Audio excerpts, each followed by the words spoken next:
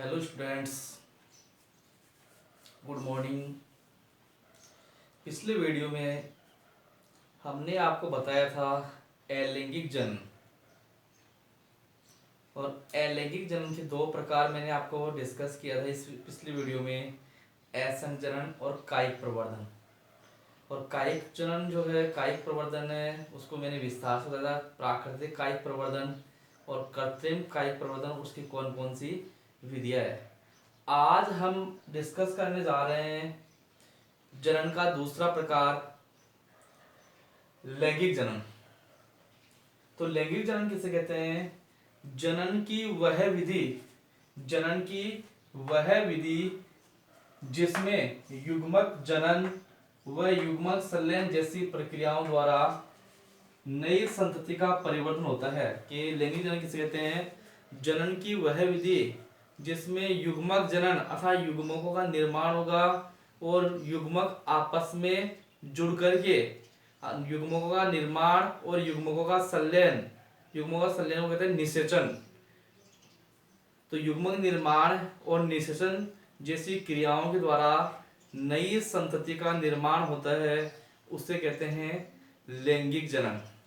आवर्तबीजी पादपों में अगर बात करते हैं अपन, तो आवर्तबीजी पादपों में लैंगिक जनन जो होता है वो पुष्पों के द्वारा होता है। आवर्तबीजी पादपों में लैंगिक जनन पुष्पों के द्वारा होता है, तथा पुष्प जो है वो एक रूपांतरित प्ररोह होता है। अर्थात आवर्तबीजी पादपों में लैंगिक जनन पुष्पों के द्वारा होता है और पुष्प एक मॉडिफाइड शूट होते हैं या रूपांतरित प्ररोह होता है।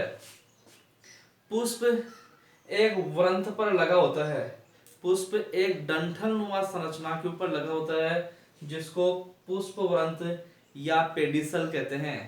पुष्प एक वृंत पर लगा होता है, एक डंठल नुमा संरचना से जुड़ा होता है, जिसे पुष्प वृंत कहते हैं। तथा पुष्प का शीर्ष भाग चौड़ा होकर पुष्पासन बनाता है। कि पुष्प एक वृंत पर लगा होता है जिसे पुष्पासन कहते हैं, तथा पुष्प का शीर्ष भाग फूलकर चौड़ा हो जाता है जिसे पुष्पासन कहते हैं। एक प्रारूपिक पुष्प में 4 भाग होते हैं। एक टाइपिकल फ्लोर की यदि बात करते हैं तो उसमें कितने भाग होते हैं? 4 भाग। पहला भाग होता है इसमें बाह्य दल, दूसरा भाग होता है उसमें दल या बाह्य दलपुंज, दलपुंज, तीसरा भाग होता है इसमें पुमंग, और चौथा भाग होता है इसमें जायांग। जिसमें बाह्य दलपुंज और दलपुंज ये तो इसके सहायक चक्र रहते हैं, और पुमंग और जायांग ये इसके आवश्यक या जनन चक्र के रूप में जाने जाते हैं। यदि एक प्रारूपिक पुष्प में 4 भाग होते हैं, यदि ये चारों उपस्थित हो, तो यदि एक प्रारूपिक पुष्प में चारों भाग उपस्थित हो, चारों भाग कौन कौन से? बाह्य दलपुंज, दलपुंज, पुमंग और जायांग, अगर ये चारों भाग एक प्रारूपिक पुष्प में उपस्थित हो तो पुष्प कंप्लीट या पूर्ण कहलाता है। कि पुष्प क्या कहलाएगा? पूर्ण पुष्प। और पूर्ण पुष्प के उदाहरण है सरसों और मटर। ये ऐसे पुष्प है जिनमें पुष्प के चारों भाग पाए जाते हैं। यदि पुष्प में इन चारों में से एक भी अनुपस्थित हो, लेकिन किसी एक की भी अनुपस्थिति में पुष्प अपूर्ण कहलाता है। अर्थात बाह्य दलपुंज, दलपुंज, पुमंग और जायांग में से कोई सा भी यदि एक भाग अनुपस्थित हो तो पुष्प क्या कहलाएगा? अपूर्ण पुष्प। पुष्प क्या कहलाएगा? अपूर्ण पुष्प कहलाता है। और अपूर्ण पुष्प के उदाहरण है पपीता और लौकी। अर्थात कह सकते हैं जितने भी एकलिंगी पुष्प है वो सारे क्या कहलाते हैं? अपूर्ण पुष्प। और जितने भी द्विलिंगी पुष्प है वो सारे कहलाते हैं पूर्ण पुष्प। अब अपन बात करते हैं कि जो लैंगिक जनन है वो कितने प्रकार का होता है। लैंगिक जनन कितने प्रकार का होता है? तो नेक्स्ट, तो जनन लैंगिक जनन किसे कहते हैं? कि जनन की वह विधि जिसमें युग्मक जनन व युग्मक संलयन जैसी प्रक्रियाओं द्वारा नई संतति का परिवर्धन होता है उसे लैंगिक जनन कहते हैं। और आवर्त बीजी पादपों में लैंगिक जनन पुष्पों द्वारा होता है तथा पुष्प एक रूपांतरित प्ररोह होता है। पुष्प एक पुष्पवंत पर लगा होता है जिसे पुष्पवंत या पेडिसल कहते हैं तथा पुष्प का शीर्ष भाग चौड़ा होकर पुष्पासन या थैलेमस बनाता है। एक प्रारंभिक पुष्प में 4 भाग होते हैं, बाह्य दलपुंज, दलपुंज, पुंमंग और जायांग। ये चारों यदि उपस्थित हो तो पुष्प पूर्ण कहलाता है और यदि इनमें से एक भी अनुपस्थित हो तो पुष्प अपूर्ण कहलाता है। पूर्ण पुष्प के उदाहरण हो गए सरसों और मटर और अपूर्ण पुष्प के उदाहरण हो गए पपीता और लौकी।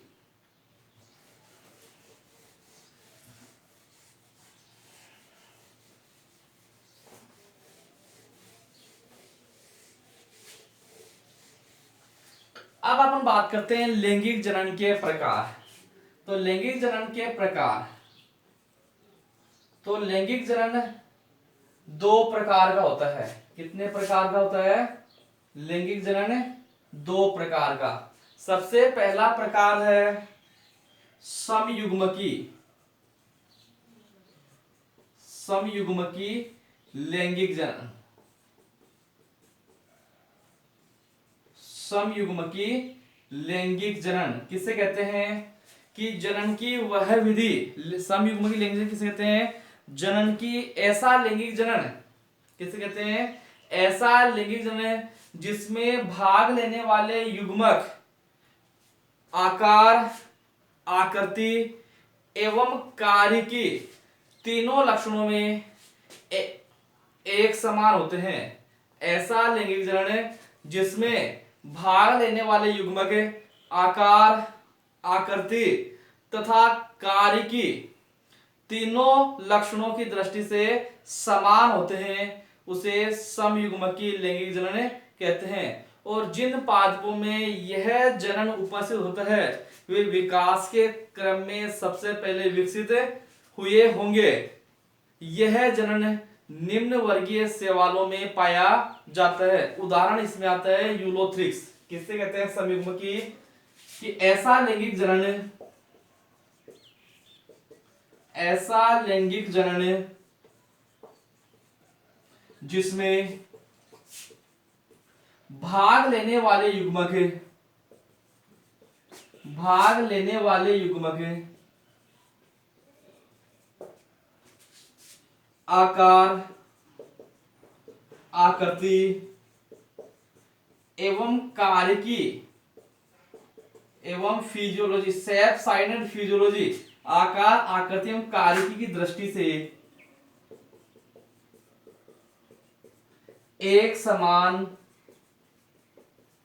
होते हैं। कि ऐसा लैंगिक जनन जिसमें भाग लेने वाले युग्मक आकार, आकृति एवं कार्य की दृष्टि से एक समान होते हैं उसे समयुग्मकी लैंगिक जनन कहते हैं। और जिन पादपों में यह जनन उपस्थित होता है वे विकास के क्रम में सबसे पहले विकसित हुए होंगे। जैसे अपन बात करते हैं, इसका उदाहरण होता है यूलोथ्रिक्स। यूलोथ्रिक्स या कह सकते हैं निम्न वर्गीय शैवाल, निम्न वर्गीय शैवाल किस में आते हैं? समयुग्मकी लैंगिक जनन में। दूसरा इसका प्रकार है विषम युग्मकी लैंगिक जनन। दूसरा प्रकार कौन सा है? विषम युग्मकी लैंगिक जनन। दूसरा प्रकार इसका है विषम युग्मकी लैंगिक जनन। किसे कहते हैं? कि इस प्रकार के लैंगिक जनन में भाग लेने वाले युग्मक आकार, आकृति एवं कार्य की लक्षणों में समानता प्रदर्शित नहीं करते हैं। किसे कहते हैं? कि इस प्रकार के, किसे कहते हैं? इस प्रकार के लैंगिक जनन में भाग लेने वाले युग्मक, इस प्रकार के लैंगिक जनन में भाग लेने वाले युग्मक आकार, आकृति एवं कार्य की दृष्टि एवं कार्य के रूप से समानता नहीं दर्शाते हैं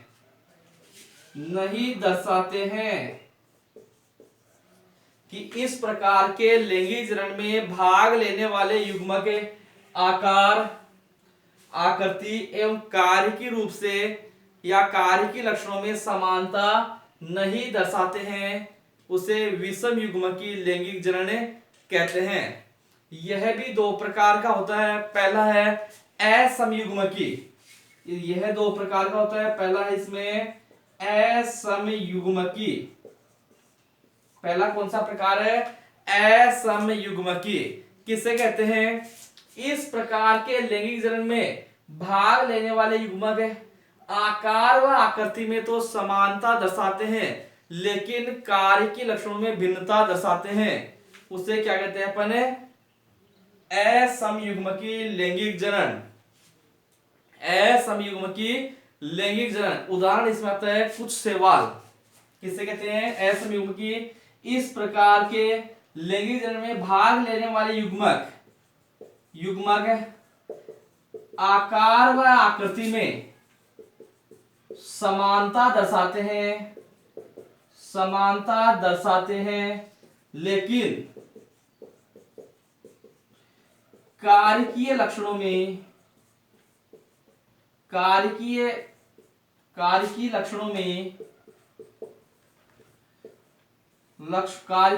में समानता नहीं दर्शाते हैं। उदाहरण इसमें आता है, कुछ सवाल आते हैं जिसमें एक्टोकार्पस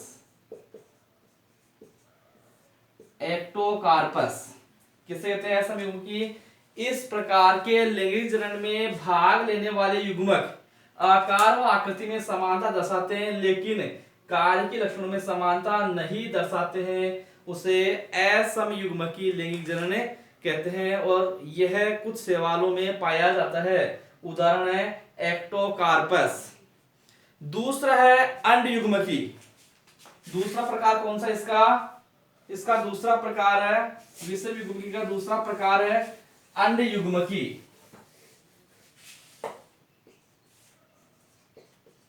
अंडयुग्मकी लैंगिक जनन किसे कहते हैं? कि इस प्रकार के लैंगिक जनन में भाग लेने वाले युग्मक आकार, आकृति व कार्य के तीनों लक्षणों में भिन्नता दर्शाते हैं। कि इस प्रकार के लैंगिक जनन में भाग लेने वाले युग्मक आकार, आकृति एवं कार्य की तीनों लक्षणों में भिन्नता दर्शाते हैं, उन्हें क्या कहते हैं अपन? अंडयुग्मकी लैंगिक जनन। इसमें दो प्रकार युग्मक होते हैं, एक तो मादा युग्मक और एक होते हैं नर युग्मक। मादा युग्मक गोलाकार आकार में बड़े व स्थिर होते हैं, जबकि नर युग्मक छोटे और गतिशील होते हैं। इसमें दो होते हैं, नर युग्मक और मादा युग्मक। मादा युग्मक आकार में बड़े, गोलाकार व स्थिर होते हैं, जबकि नर युग्मक आकार में छोटे और गतिशील होते हैं। अब अपन बात करते हैं कि आवर्तबीजी पादपों में लैंगिक जनन पुष्पों की जरूरत है, तो एक प्रारूपिक पुष्प की संरचना और उसके भाग। एक प्रारूपिक पुष्प की संरचना और उसके भाग। तो पुष्प क्या होता है? आवर्तबीजी पादपों में लैंगिक जनन पुष्पों की जरूरत है, और पुष्प एक रूपांतरित प्ररोह होता है, और पुष्प के चार भाग होते हैं, बाह्य दलपुंज, पुमंग और जायान। तो इसकी संरचना पर देखते हैं, यहाँ पर संरचना बनाते हैं।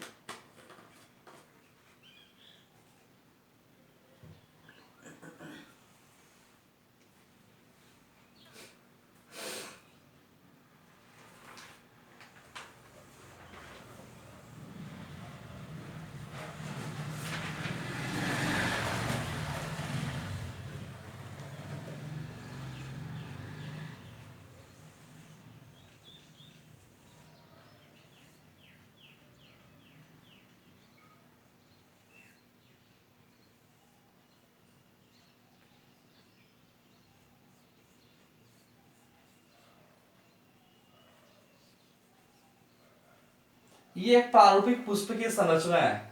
किसकी है ये संरचना? एक प्रारूपिक पुष्प की संरचना। अब प्रारूपिक पुष्प में 4 भाग होते हैं। एक तो ये सबसे बाहर वाला चक्र, इस सबसे बाहर वाले चक्र को कहते हैं बाह्य दल। बाह्य दल ये इससे अंदर वाला चक्र होता है जिसको कहते हैं अपन दल। ये जो भाग है ये इसका भाग होता है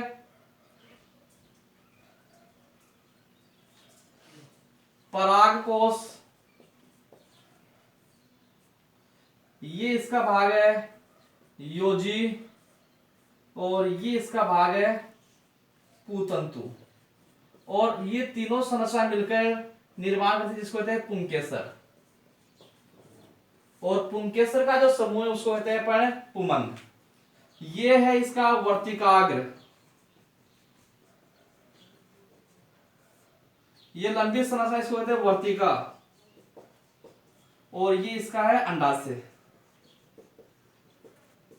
और इन तीनों को मिलाकर कहते हैं अपन जायांग या स्त्री केसर,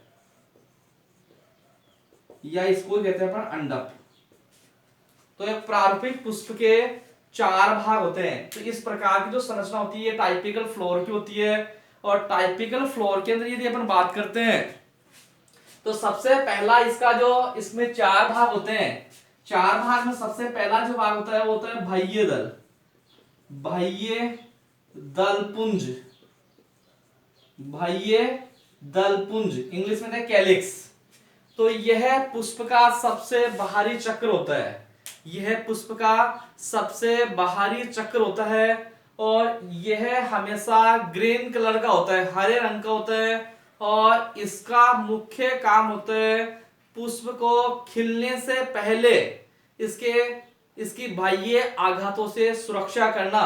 यह काम किसका होता है? बाह्य दलपुंज। बाह्य दलपुंज पुष्प का सबसे बाहरी भाग होता है, हमेशा ग्रीन कलर का होता है। और इसका मुख्य कार्य पुष्प के खिलने से पहले बाह्य आघातों से इसकी सुरक्षा करना। इसका दूसरा जो भाग होता है इसको कहते हैं दलपुंज।